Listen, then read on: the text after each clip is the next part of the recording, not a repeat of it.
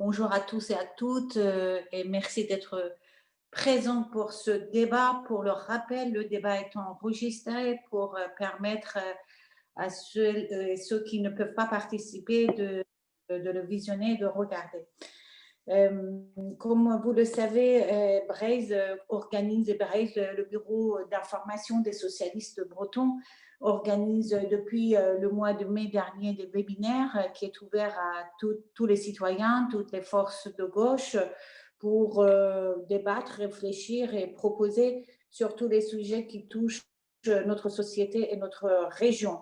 Pour rappel, nous avons débattu ensemble sur le système de la santé, sur l'agriculture, sur la culture et les langues régionales, sur l'aménagement des territoires, les solidarités. Et aujourd'hui, nous échangeons sur le sujet combien d'actualité doit-on résister au modèle d'Amazon. Le titre, nous l'avons choisi volontairement assez neutre et ouvert pour laisser d'exprimer tous les points de vue. Comme nous le savons, le sujet est complexe et chaque argument peut heurter à ses propres limites. Nous savons aussi que les gigantesques entrepôts d'Amazon poussent partout. Son influence s'étend même jusqu'à la Bretagne avec l'installation prochaine dans le Finistère Sud, à Briec, à côté de Quimper, ou en Loire-Atlantique. En France, Amazon compte aujourd'hui 31 sites logistiques et selon ses responsables, ils souhaitent doubler les surfaces en 2021. En France, l'Amazon reste le premier site de vente en ligne pour la mode, la culture, l'électronique, l'électroménager, la beauté, les meubles, etc. Et avec les deux confinements, son expansion n'est pas près de s'arrêter et la pandémie lui a permis de battre des records de vente. Nous savons aussi que la multinationale d'Amazon ne doit pas son succès à sa production, mais à la vente de celle des autres. Et ce sont ces méthodes de stockage, d'acheminement et d'organisation du travail qui font sa marque de fabrique et aussi qui nourrissent les controverses. Et dans cette période de crise sociale et économique, lors du débat de l'installation d'Amazon, certains mettent en avant que la Bretagne et nos territoires pourraient profiter de l'arrivée des multinationales qui est pourvoyeuse d'emplois.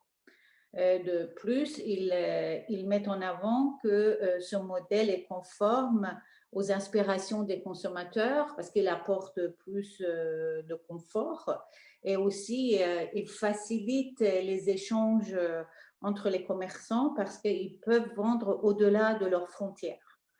D'autres argumentent que la solution Amazon reste très contestable quant au modèle de société qu'elle représente parce qu'elle alimente la financiarisation de notre économie, elle généralise la précarité du travail, elle renforce aussi une économie qui est préoccupée par la maximisation du profit immédiat aux dépens d'un modèle de croissance juste, durable et donc l'intérêt général.